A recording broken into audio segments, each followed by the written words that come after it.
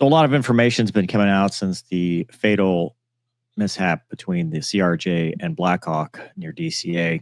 And the NTSB just came out with cockpit recordings from the RJ, and thought we would go through, as he talks, I'll stop and explain or translate kind of what some of the stuff means. Just going over it from my experience flying into DCA. I've flown the 737 into DCA and being an airline pilot, and kind of breaking down some of the information that the NTSB has just presented.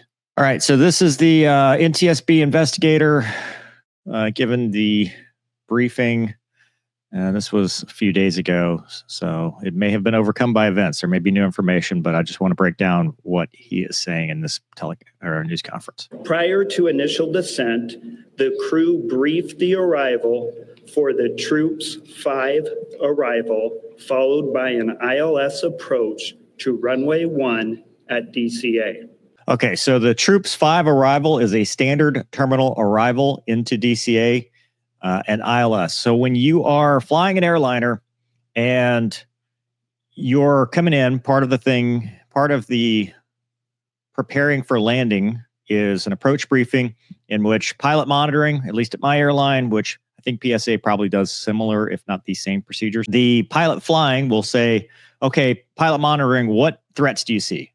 And the pilot monitoring go, well, it's nighttime, weather, winds, whatever's going on, they'll brief the threats, and then the pilot flying will go, yep, I see these threats as well. Here's the approach, and they'll go through the standard terminal arrival, make sure they comply with all crossing restrictions, altitudes, airspeeds, everything is loaded in the box, and they're ready to go. And then they'll brief the approach based on whatever probably the ATIS that they pulled says, okay, this is a runway use. I'm expecting visual backed up with the ILS, especially since it was VFR, but they briefed the ILS because it's the most conservative thing to do, and they're expecting runway 1. So at this point, they're expecting runway 1 at DCA. Around 8:15, the aircraft left 37,000 feet for an initial descent.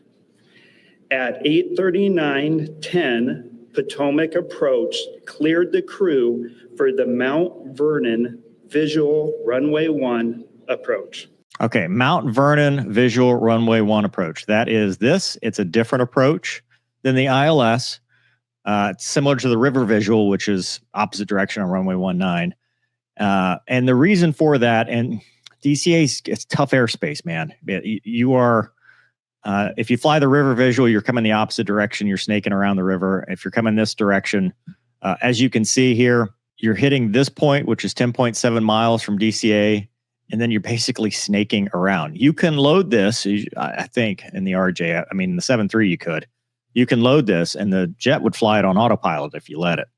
It's actually pretty fun to fly, but this is a visual procedure that you proceed to the ILS runway 1 approach, and then follow the Potomac River to the airport. So you're initially on the ILS, and then you're snaking around, following the river into runway 1. So they're still thinking runway 1. They have done their takeoff and landing data, or their landing data for runway 1. Everything is set up for runway 1. It's good to go. But that's what it would look like. You come in initially on this heading, and then you start following the river. But as you can see here, the mishap ends up happening over to the east side of the field. At this point, everything's good. At 8:43:06, the crew made initial contact with the DCA tower. The tower controller then asked if the crew could switch to runway 33. From what I understand, that's common with the RJs. I never saw that when I was flying the 7.3. I don't think we could land on 3.3. I think it's too short. But RJs do it all the time. They probably had a standard landing assessment for that runway and were comfortable doing it. But it is a runway change inside of where you'd normally brief it. I mean, it is a short notice-ish runway change at this point. Not that there's anything wrong with it or non-standard, but their workload increased just a little bit as they either load it in the FMS or decide, hey, we're just going to fly it visually. But they have a runway change. After a brief discussion between the crew, they agreed to runway 33. Okay, so the crew talks to each other. Captain goes, hey, what do you think? And he's like, yep, I think we can do this. Shouldn't be a big thing. Remember, pilots like to make it happen. So if Tower says, hey, can you do this? Yeah, we want to help them out. Versus maybe another crew might have said enable and just stayed there and not accepted that. That was their decision to make. It wasn't that it was wrong. It wasn't that it was right. It was just Tower asked them to do it. They could have said no, but they said yes because they're just trying to help them out. It's probably for traffic flow because they're trying to get more aircraft in, and the RJs can take runway 33. At 8:45:27, the autopilot was disconnected. Okay, so they're disconnecting the autopilot because they're flying that visual, and more than likely, they're not going to put the stuff in the box, or one guy's putting it in while the other guy's like, look, I'm just going to hand fly it because the autopilot's going to fly whatever's in the system.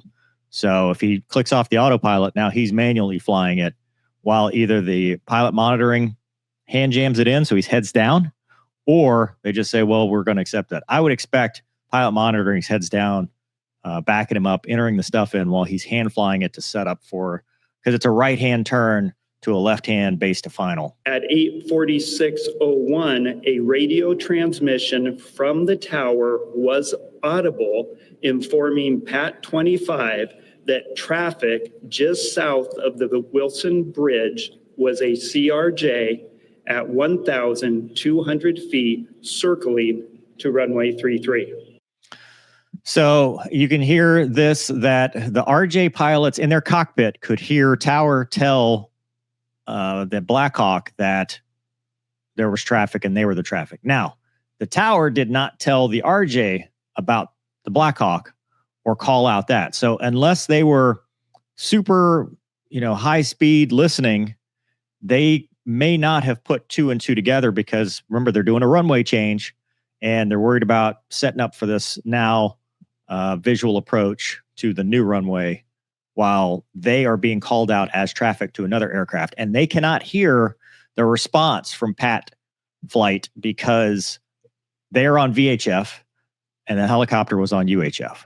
So they can both hear the controller, but the Blackhawk can only hear the controller and the RJ can only hear the controller. They can't hear each other. And I don't know if it would have mattered because the Blackhawk's going to say, request visual separation. We've got them in sight, essentially. So, at that point, they probably would have been like, okay, they've got us. But at this point, if they were heightened awareness, they're going, hey, there's traffic that is being called out to another aircraft that's us. But for whatever reason, Tower did not call out the Blackhawk to them. At 8:46:29, the crew received a 1,000-foot automated call out. Standard call out. We get a 1,000.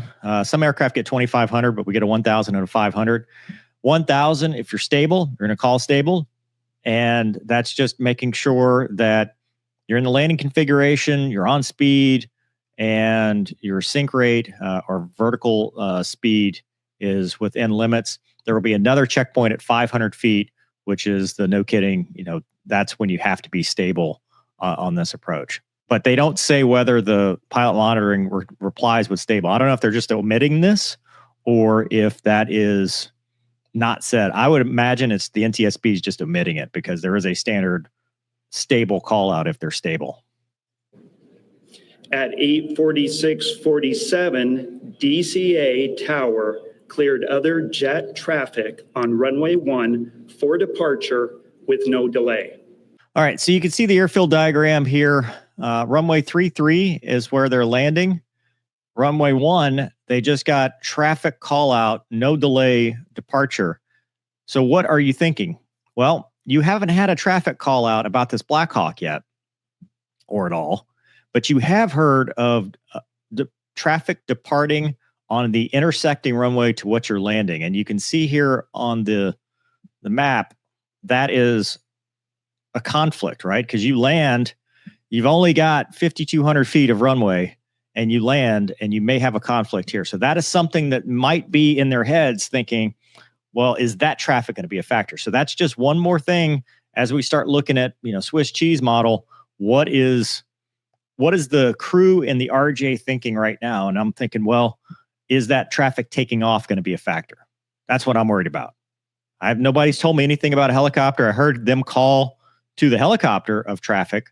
I don't know if it's us because nobody's told me anything, but I'm worried about the taking off traffic. At 8:47:29, the crew received a 500-foot automated call out.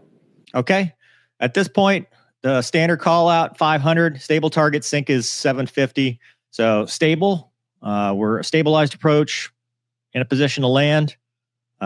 Target airspeed. So you don't want to be fast. You want to be slow. You want to be on the briefed airspeed that they should be flying for their final approach. And then the sync rate. So he's calling out, 700, 800, because you don't want a high sync rate or, greater than like 1,000 feet a minute, 900 feet a minute, something like that. So that 700 to 800 is probably about right. So that's what they're calling out. NTSB did not say this, but that's a standard call. I can't imagine they're not using it there at PSA. But again, they have heard about traffic taking off on runway 1. They have not heard anything about any other traffic yet. At 8:47:39, a radio transmission from the tower was audible asking Pat 25 if the CRJ was in sight. Okay. So the RJ pilots are hearing tower talk to the Blackhawk. They have not heard a response from the Blackhawk. They are probably focused on being on short final because 500 feet, you're close in at this point, right? You're landing. And they're still looking at the taking off traffic that was just called out about no delay. So what's the biggest conflict right now? Well, if that runway 1 traffic either rejects their takeoff or becomes a factor, that's what I'm looking out at. No one's told me about any other traffic at this point. 1 second later, the crew received an automated traffic advisory stating traffic. Okay. In the RJ, it's 1,100 feet, maybe 1,200 feet. So the way the TCAS works, the traffic collision system, avoidance system, it uses transponders, mode 3 and mode S.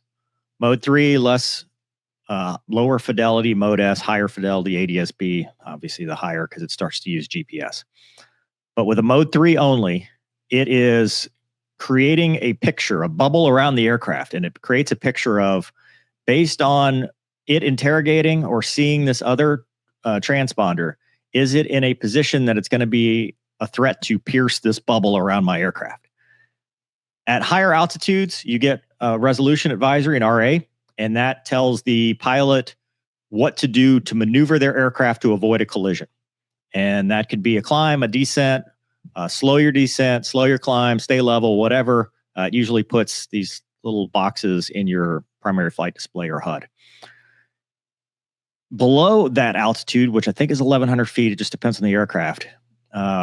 There's certain step down altitudes. Below a certain altitude, maybe 1,500 feet, it won't tell you to descend because obviously it doesn't want you to descend into the dirt. And then below 1,100 feet, it gets rid of RAs altogether, which RAs are the only thing required to react to. It is a mandatory action. RA, you click off the autopilot and tell tower that's what you're doing, and you adhere to the RA. But below that altitude, you no longer get RAs because they don't want you. I mean, you're in a landing configuration. Number one, it's not expected that you're going to have that issue. And number two, you don't have the maneuvering potential with a large transport category aircraft to really do a whole lot anyway. And the odds of you creating an unsafe situation are higher at low altitude. Therefore, it's inhibited. You'll get TAs only. TAs are advisories. So that TA is telling you traffic to go heads up. There's traffic in the area, but it won't necessarily give you situational awareness because number one, they're mode 3. The Blackhawk wasn't using ADSB or mode S. And number two, it's in the landing environment. So it's very easy to get no real good information out of this because you're landing short final. There's nothing really. You got to look at the display and then translate the display. there's a lot going on, but it's just a heads up is all it is. It's just advisory. At 8:47:42, a radio transmission from the tower was audible, directing Pat 25 to pass behind the CRJ. If I hear somebody telling them, hey, pass behind the CRJ, that means that both tower and the other traffic believe that they have me in sight, because that's usually what follows it. You know, it's like, hey, call traffic in sight, 11 o'clock, 10 miles. And you go, well, traffic in sight. Okay, pass behind them. That's directive descriptive. Now, what I would expect if it's a traffic problem for me is tower gives me a blue streak traffic, 3 o'clock, 2 miles, 400 feet. It's going to pass behind you. And they get a call, traffic, 11 o'clock, 2 miles, 1,200 feet descending. Direction, altitude descriptive. Like I expect that both directions. I don't think that happened. At 8:47:58, the crew had a verbal reaction, and FDR data showed the airplane beginning to increase its pitch. So this is the, oh shit, let's, what are you going to do, right? You're just trying to avoid it at the last second. This is startle factor and an avoidance. I mean, they didn't know it until, the last second was too late. Sounds of impact. Yeah, and that's enough. So I just wanted to translate that part. I'm not trying to diagnose or come up with a reason at this point. I think it's going to be a lot of factors, from air traffic control, task saturation, having a lot of stuff going on. One aircraft's taken off. DCA is busy airspace. And at night, it's tough with traffic point outs. We're going to have to look at the Blackhawk and what altitude it was at and what airplane it thought it saw when they're calling visual. And I don't know. There's just so much to it. It sucks. There's a loss of life. 67 people were killed.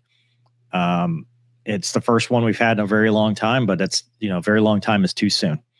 So it's a tragedy that we're going to continue to learn stuff about. And I fly law enforcement helicopters too. And I see this as a risk all the time, especially flying around airports, being helicopter traffic. You're supposed to stay out of the flow of fixed wing traffic and get out of their way. And this was obviously a designated route that they were practicing because they do VIP transport on these.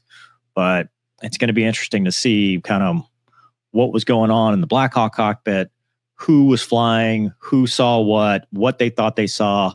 NVGs, we've had Daniel on the other show. Sometimes it's tough, but the RJ crew, you can't blame them. They didn't do anything wrong. When I go over this stuff, it's more of a, hey, what were they thinking? What was going on? They did what they thought was normal for 99% of the other time. Hey, they give me a runway change, I'll accept it. I'm a big boy. I can make it work.